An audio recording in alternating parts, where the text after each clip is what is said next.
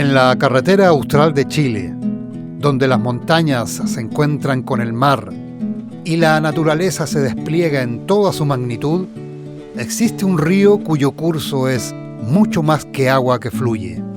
Es memoria, es historia y vida.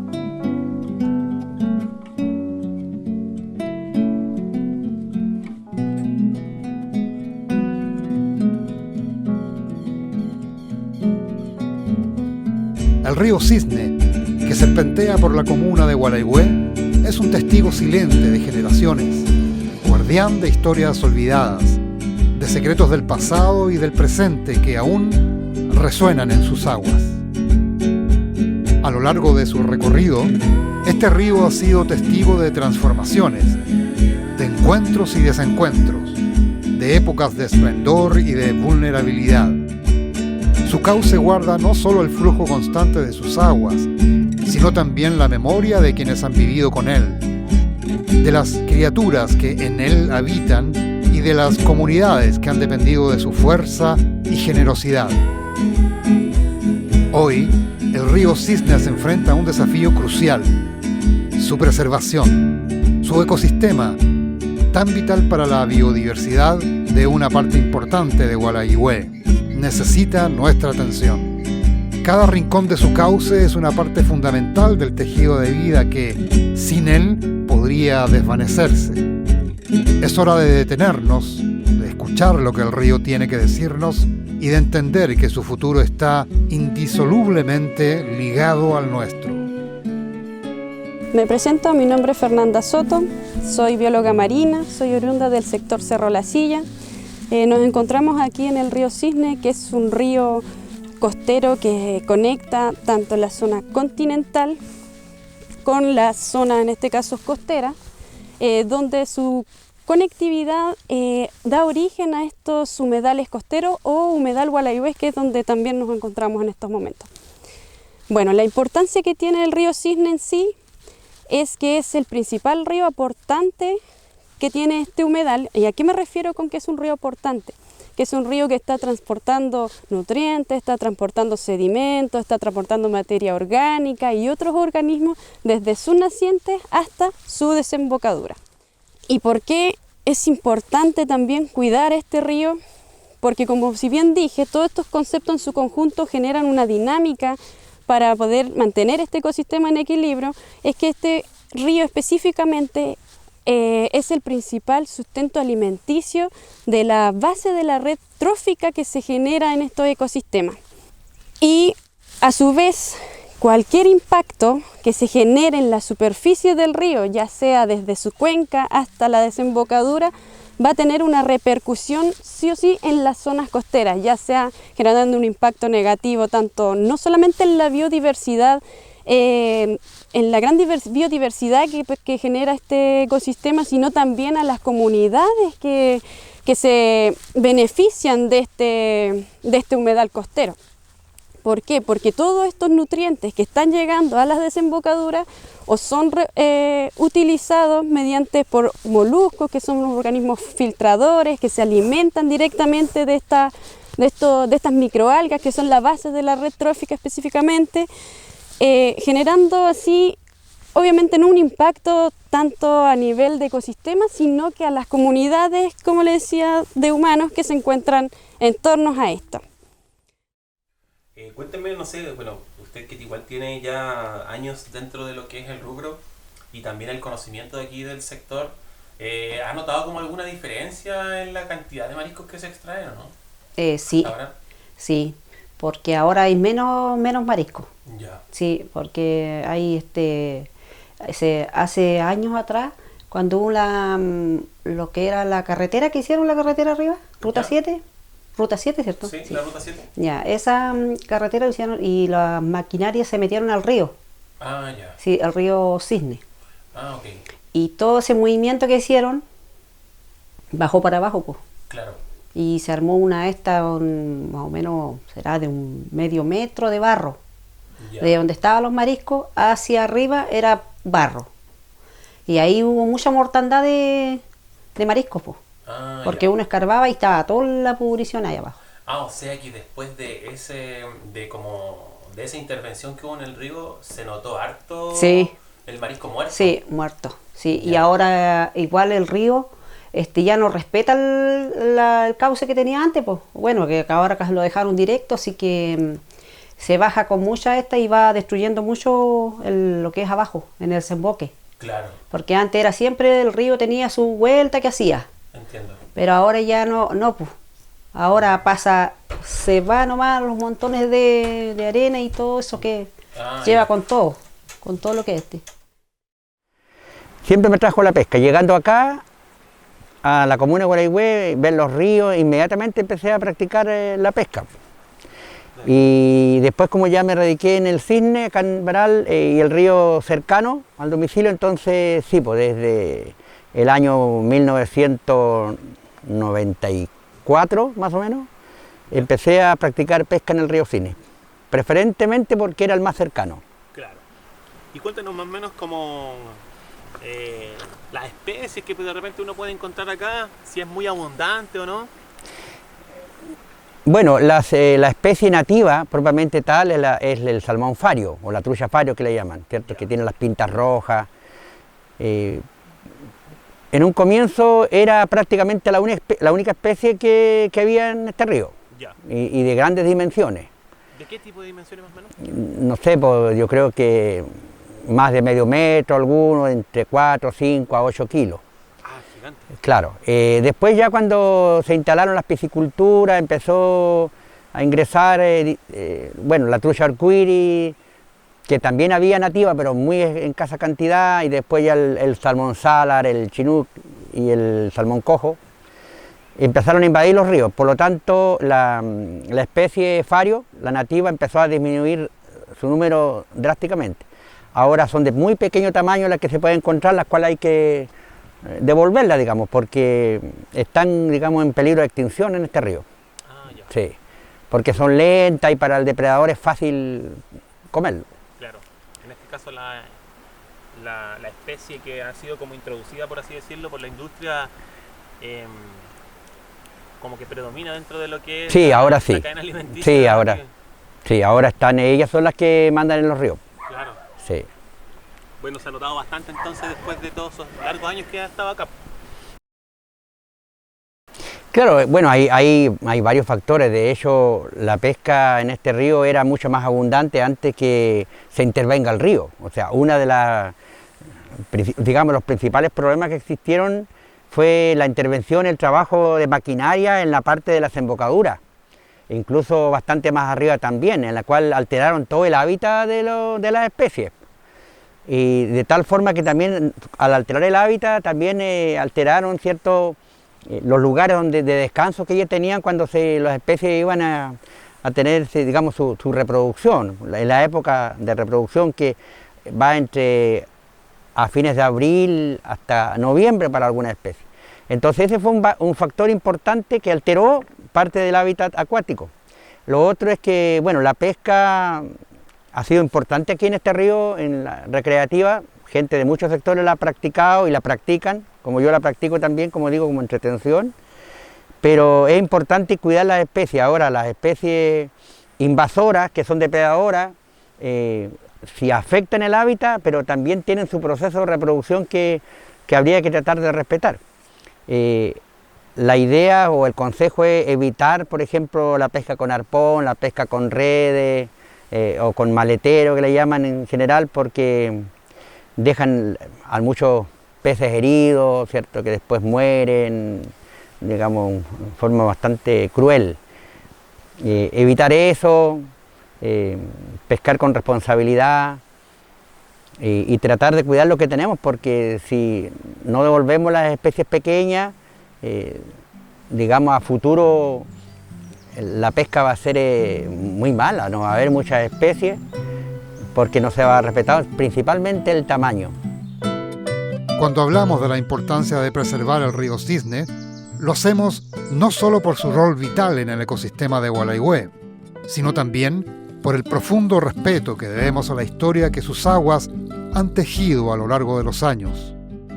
Un río que, más allá de ser un cauce de vida para plantas y animales, fue el mismo que permitió que los hombres y mujeres de esta tierra forjaran una comunidad y hoy una identidad marcada por los alerceros y balseros de Gualeguay. El alerce fue un medio, ¿cómo se llama? Una fuente de trabajo que nos dio vida a Gualeguay, dio vida a Horno Pirén, porque todos igual vivieron del alerce. Mucha gente vinieron de Chiloé a trabajar en la alerce, las tejuelas. Hay mucha historia en Chiloé del alerce, porque hay muchas casas importantes, parroquias, incluso que tienen tejuelas del alerce de acá de Gualeguay. Claro.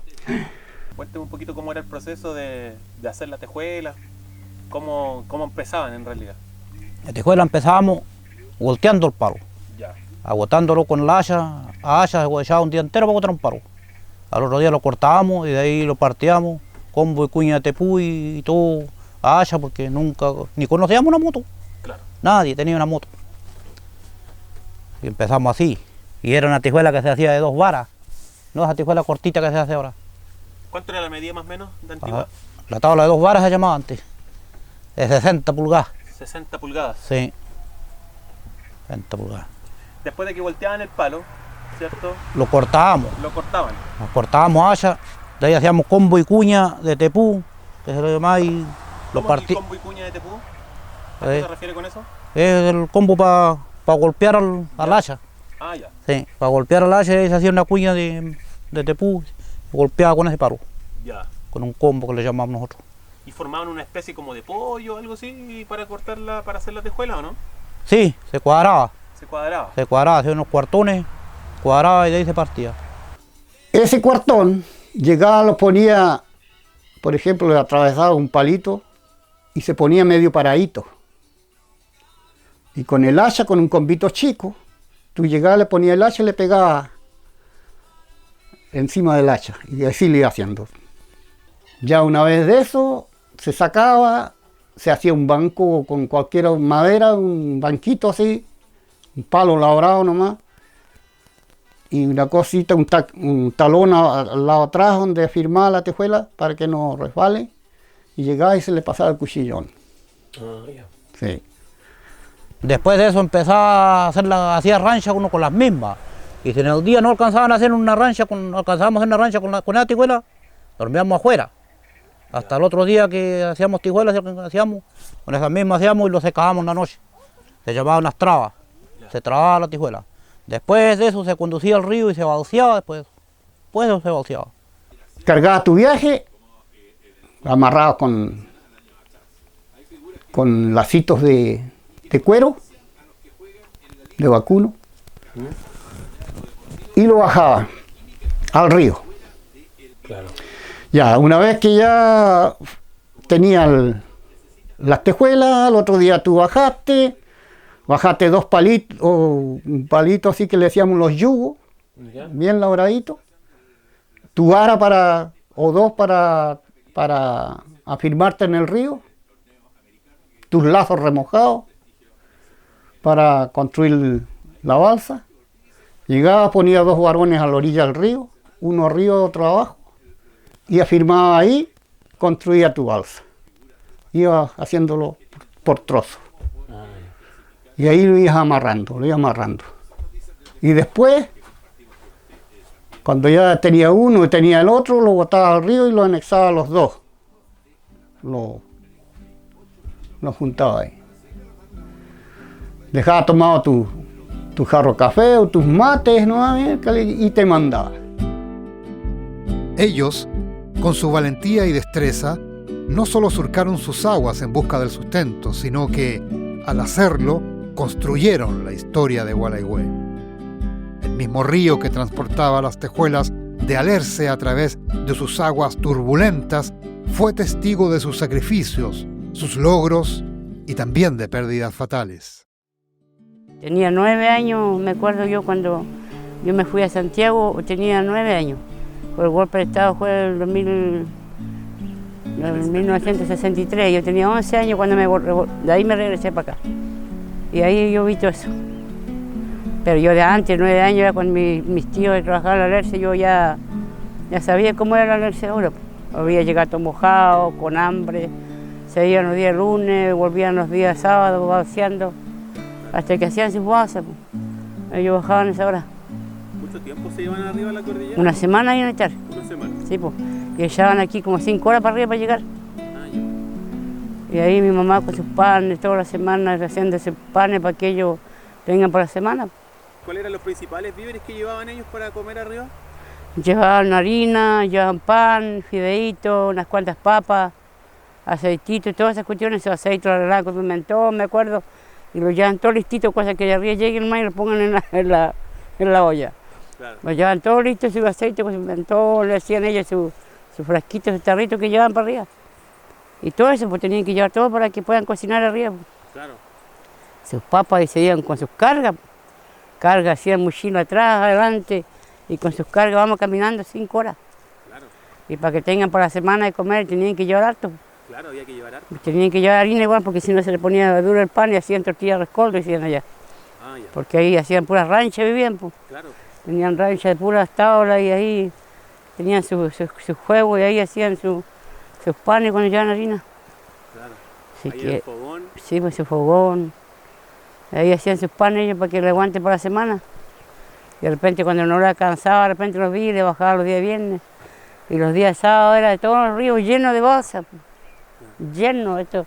Yo como decían delante, yo vivía aquí y me ponía aquí en el río, yo veía cómo iban bajando toda la gente.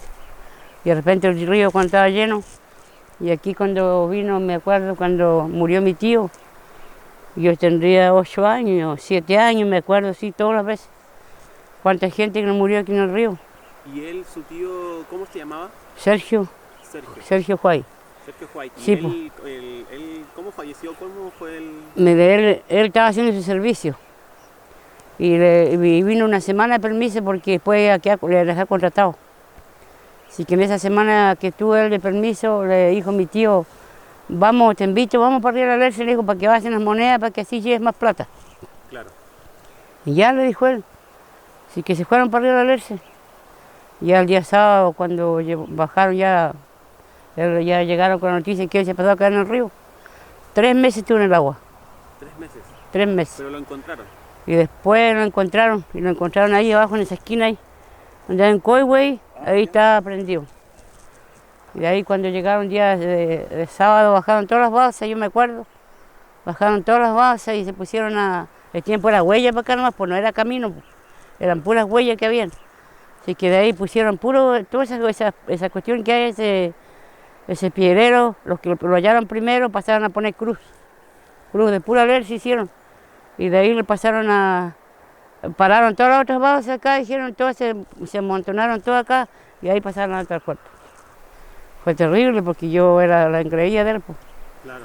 Fue terrible, yo era chica, pero me acuerdo como que sucedió ayer. Y de ahí sí, pues de ahí murió otro caballero más que estaba igual con su señora, tenía 2 hijitos igual, se le murió ahogado en el río. Y ahí se murió otro joven más ahogado en el río. ¿Cuántos muertos no vieron en este río? ¿Cuántas historias de este río? Claro. Cuánta historia que por el sacrificio de los padres, cuántos hijos quedaron sin padres, por su sacrificio para ir a ganarse un peso para que alimente a su hijo. Y hay una señora que quedó viuda con 2 hijos chiquititos, su marido igual se pasó a caer aquí en el agua, falleció igual. Entonces muchas personas que se murieron acá. Como le digo, este río y esta vega tienen historia, porque como le decía yo, aquí se pasaban a aguarecerse, pasaban a comer los alerceros que venían de Gualeguay Puerto. ¿Este era un punto de encuentro aquí? Sí, era un punto en que como que pasaban en descanso aquí, porque pasaban a pedir agüita caliente, Claro. porque de ahí tenían que llevar hasta Gualeguay Puerto sus balsas. Claro. Y entonces pues la gente de Gualeguay, toda la gente que trabajaba en la costa, que venían a ver, pasaban aquí a pedir agüita caliente, mi mamá ya le daba comidita, le daba mate, y pasaban a comer acá a la casa, porque aquí vivíamos nosotros aquí en Sabega, pues. Hoy en día, la extracción del Alerce está estrictamente prohibida debido a la necesidad de proteger esta especie milenaria. El Alerce, al ser un árbol de crecimiento lento y vital para el equilibrio de los ecosistemas de la región, se encuentra bajo severas normativas de conservación. la única forma permitida de extraer alerce es a través de la recolección de ejemplares muertos, siempre y cuando se cuente con una autorización específica de la autoridad competente. Este proceso está regulado a un plan de manejo que asegure que esta extracción no afectará a la biodiversidad ni el ciclo natural del bosque. Como decíamos a un principio acá, digamos nosotros, el aprovechamiento de bosque acá, que es alerce muerto, con una previa autorización de CONAF. O sea, primero viene el ingeniero, se recorre toda la zona del área a explotar y se ve la cantidad de alerce muerto, y a base de esa ficha técnica se le presenta a CONAF. CONAF envía a un ingeniero de la institución para rectificar la existencia de alerce muerto, el cual ese procedimiento es evidente en el momento de autorizar el plan de manejo. Los tejueleros empiezan a ejecutar el trabajo y después ya se puede ampliar el plan. ¿Por qué? Porque a medida que se va sacando alerce muerto, se van encontrando otros palos que de un principio no se ven. Y ahí nuevamente se puede ampliar el plan de manejo en el mismo sector con una cantidad menor o igual al que se saca durante la temporada de extracción. Y aquí como evidencia podemos ver en los años 60 las maderas que volteaban la gente de Ecvima, y a base de eso nosotros se está aprovechando la extracción de tejuela partida y pasa a serreada en moto. Ahí puede ver el tronco y las dimensiones, y hoy en día ese tronco se llevaba a la planta de contado, que se aprovechaba el palo de mayor envergadura, y lo otro restante hoy en día se está aprovechando como extracción de tejuela y madera corta. Es por ellos, por esos hombres que desafiaron las corrientes con sus balsas, que hoy entendemos que proteger este río es también una forma de honrar su legado. El río Cisne no es solo un recurso natural, es un símbolo de resistencia, de trabajo arduo y de respeto por la tierra que nos ha dado todo. Cuidarlo, entonces, no es solo una responsabilidad ambiental, es un acto de memoria, de respeto hacia aquellos que hicieron posible lo que hoy conocemos como Gualeguay.